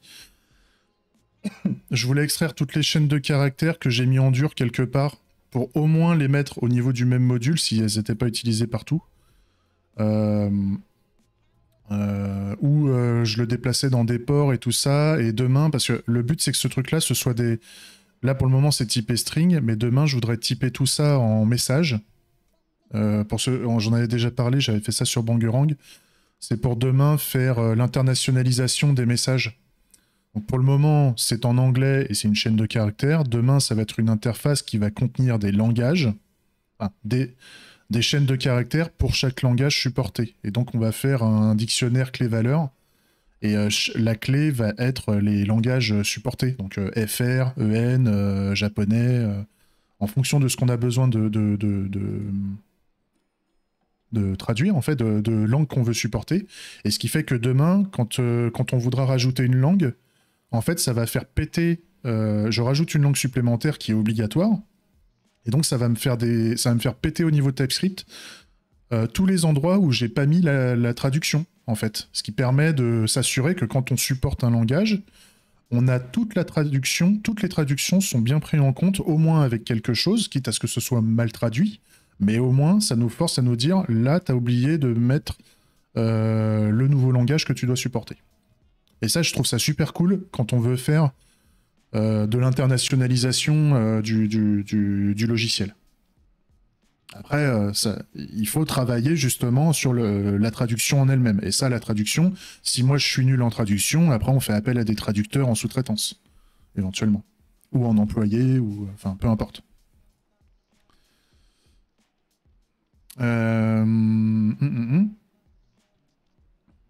Donc, par rapport à ça, j'ai divergé. Putain, j'ai divergé et donc je sais plus de quoi je parle. Ça déconne. Oui, c'était le message. Voilà, unsupported entity type, current entity types. Tac. Donc ça. En fait, je le transforme en fonction ce message et je vais mettre les entity types dedans.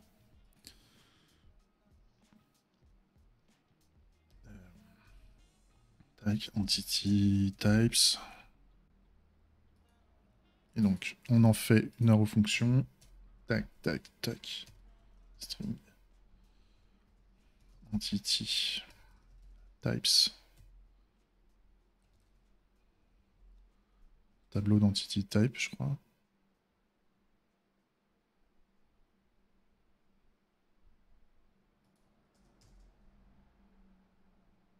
J'ai pas entity types? Bah j'ai quoi alors? Oui, entity type, comme ça. Oui. Voilà. Et donc ça, il faut que je fasse un entity type. Qu'est-ce que j'ai fait?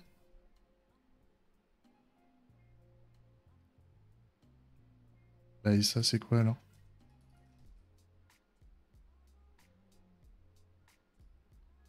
Pourquoi c'est du vert? Secours. Arrow fonction. Oh là là. Fatigant. Je me fatigue moi-même. Ok. Ça c'est bon. Et donc, par rapport à ça, une support identity, normalement, je peux faire entre parenthèses game event point all entity types.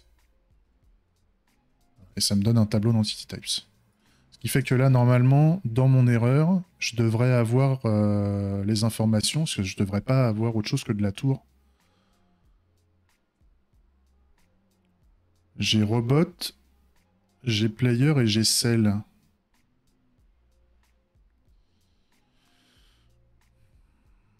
Mais j'ai robot. Ah putain. Oh la vache. J'ai mis 2 fois. J'ai mis 2 fois. Oh.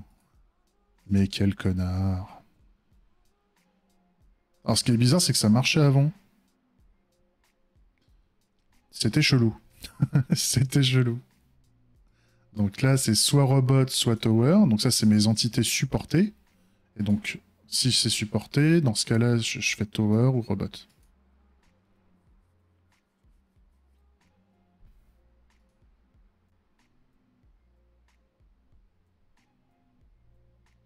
Et à la limite, pour faire encore plus simple, je peux faire un const. Je refais une refacto par rapport à ce truc-là parce que ça me plaît pas. Supported entity types. Donc c'est justement entity type tableau.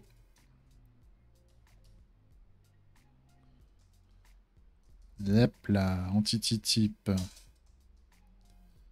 tower. Entity type robot. Robot. R. Ok. Et donc on va faire un for.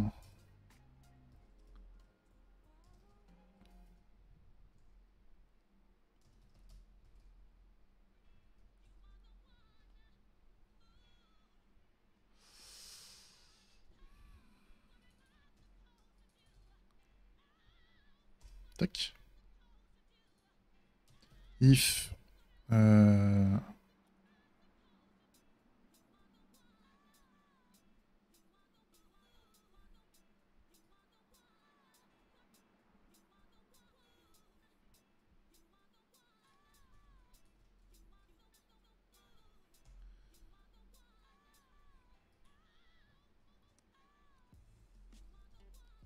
Tac. Donc si c'est ça, return.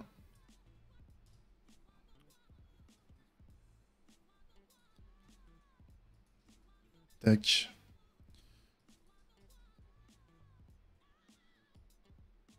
Comme ça, si je veux en rajouter plus. Et ça dégage. Et là, normalement, je devrais avoir le même comportement.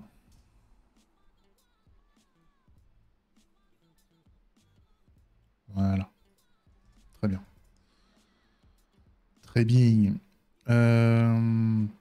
Ça, si demain, je mets autre chose, je dis que autre chose peut bouger. Et on voit bien qu'à terme, on aura... là, pour le moment, on a quelque chose, on a du comportement de robot, du comportement de tour. Demain, on va avoir une unit par rapport à notre système. Et notre unit va être composée de sous-composants va avoir des sous-composants à des positions données. Et on va avoir le centre du tank. Et après, le centre du tank, c'est avec lui qu'on va se positionner, grosso modo, dans le jeu. Mais par contre, on va avoir des sous-composants qui vont avoir des positions relatives par rapport à cette unité. Et c'est ça qui fait que l'unité va avoir des armes, va avoir, en fonction des composants, on va avoir des capacités de déplacement, des capacités d'armes, etc. Donc il n'y aura plus de entity type tower, entity type robot, ou entity type plane, ou ce genre de truc. On va avoir juste des unités, une unité qui est capable de se déplacer. Si vous voyez pas ce que je veux dire, moi je sais. Et ça c'est le principal. Ok. Donc, maintenant, le moving physical, le moving entity physical component, je peux le prendre là. Voilà. Et là, normalement, j'ai tout qui fonctionne à nouveau. Ok. Ce qui fait qu'il y a le moving distance between position. Là, je vais reprendre ce que j'avais fait tout à l'heure, là, où ça merdait parce que j'avais pas assez testé avant. Et on va s'en occuper. On va s'en occuper, ne vous inquiétez pas. Je gère. Un peu. Ça, tu peux me l'unifier, s'il te plaît. Fais-toi plaisir. Ok. Ensuite. Donc, c'est dans le dans le move, pardon.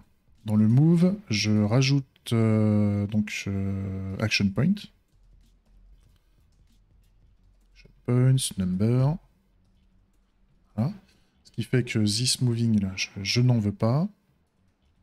Je fais action points à la place. Voilà. Ce qui me permet d'extraire. Et donc, je rajoute derrière, tac, la même chose que ça, normalement. Hop.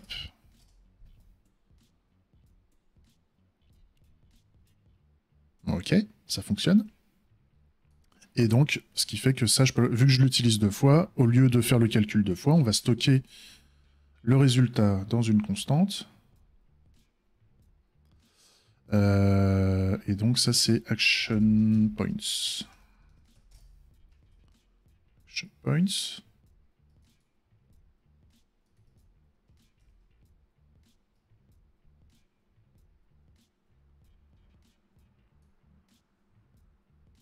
Et action points ici.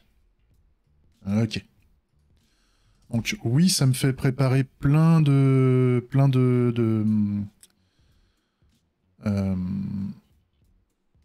comment dire, ça me fait préparer plein de constantes au début avant de lancer les checks, etc. Oui, certes.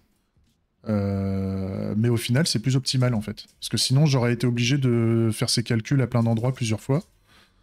Donc c'est beaucoup plus optimal. On réduit la duplication, quoi. Ok. Maintenant, mon player ID, il est utilisé combien de fois là? Une fois, 2 fois, 3 fois. Donc je le garde, ma constante. Mon match ID, il est utilisé une fois, 2 fois, parce qu'on a besoin de prendre le phasing à un moment et après le playable. Donc, ok.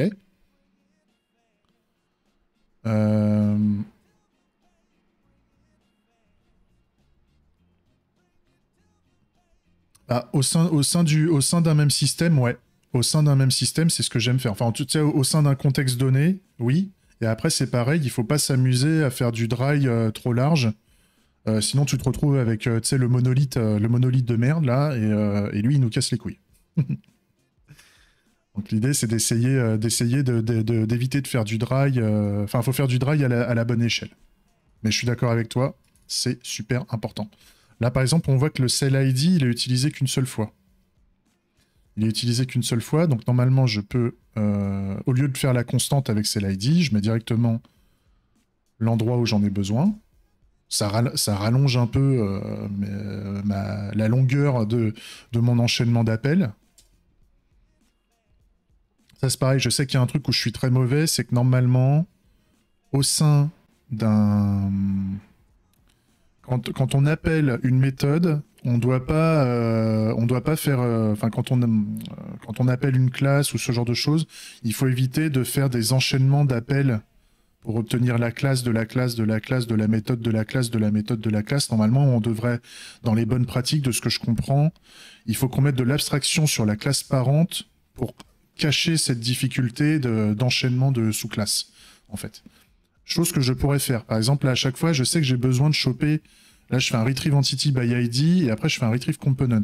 Qu'est-ce qui m'empêcherait de faire un retrieve entity component by entity ID, en fait?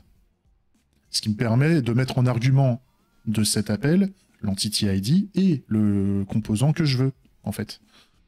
Je pourrais le faire, ce qui m'évite de faire retrieve entity by ID et ensuite faire un point retrieve component. C'est un peu débile, quoi. Et ça, c'est une refacto qu'on pourrait faire. Je vais d'ailleurs même la tenter parce que je sais que c'est le genre de truc que j'utilise assez souvent. Et donc, pourquoi se faire chier à ne pas le faire, quoi. C'est là où j'en viens.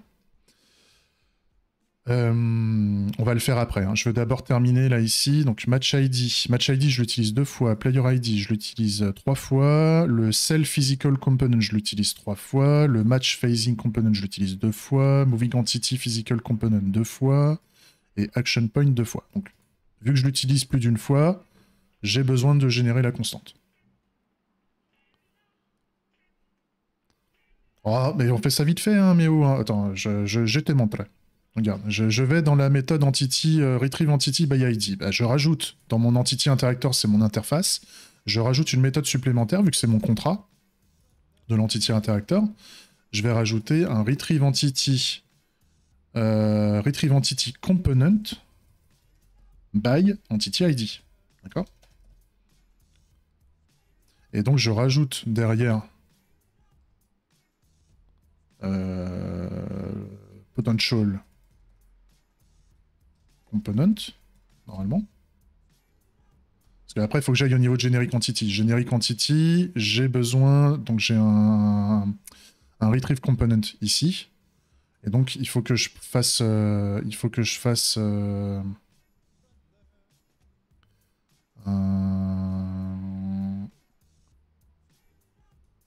class extend component, potential component, class. Ok, voilà. Donc en fait, il faut que je prenne ça. Je vais piquer ça, tu vas voir. Tu vas voir, ça va bien se passer. Comme dirait l'autre, t'inquiète pas, ça va bien se passer.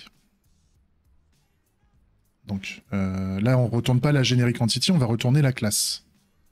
Donc en fait, je vais mettre tout ça. Sauf que je rajoute en plus ici entity. Entity ID. String. C'est une expérimentation, hein. Il n'y a pas de problème. Normalement, là, j'ai un problème d'interface.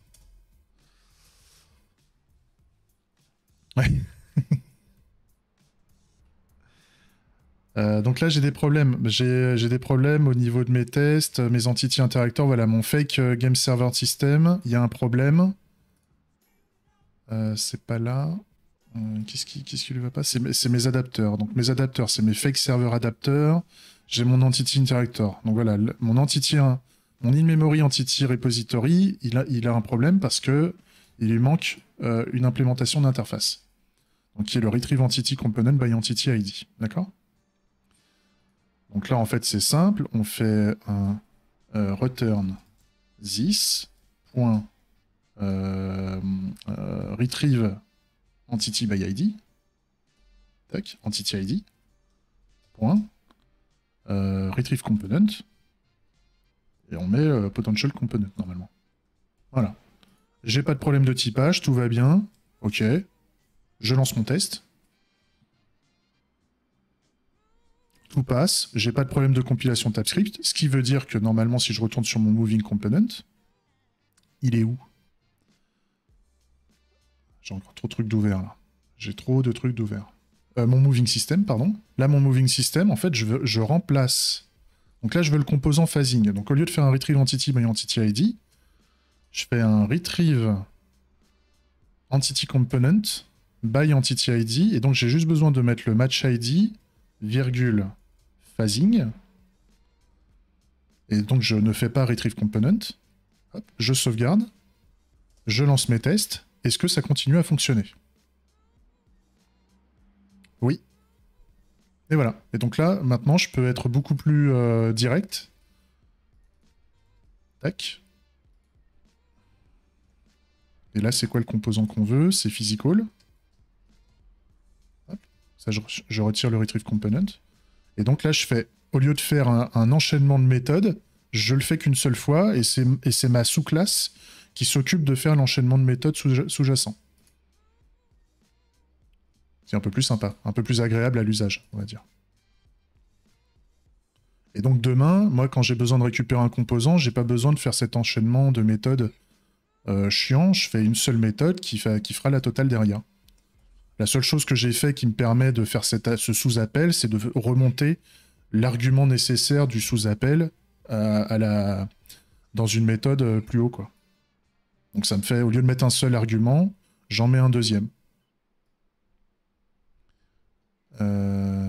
Tac, tac, tac.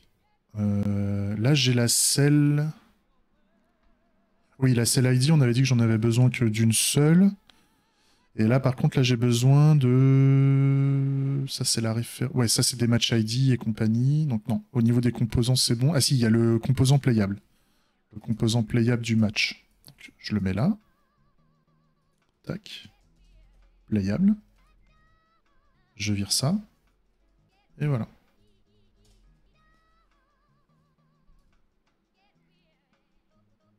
Ça marche bien. Ça marche nickel. Donc c'est top.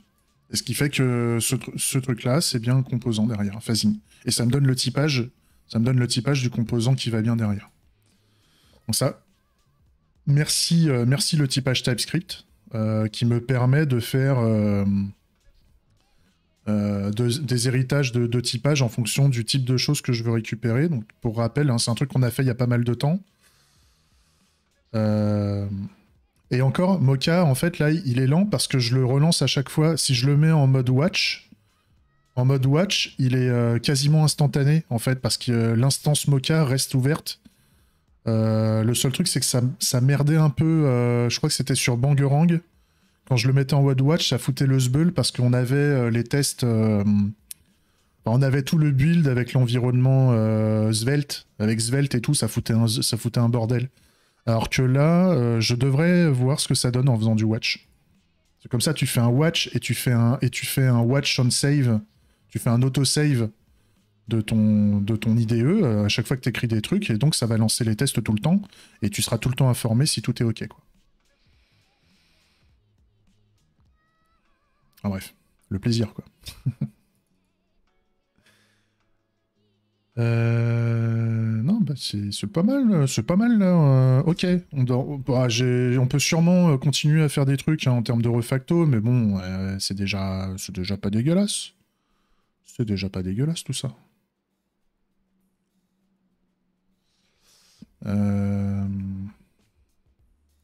Est-ce que c'est quoi ça? Supporter d'entity type. Ouais, non, le supporter d'entity type, ouais.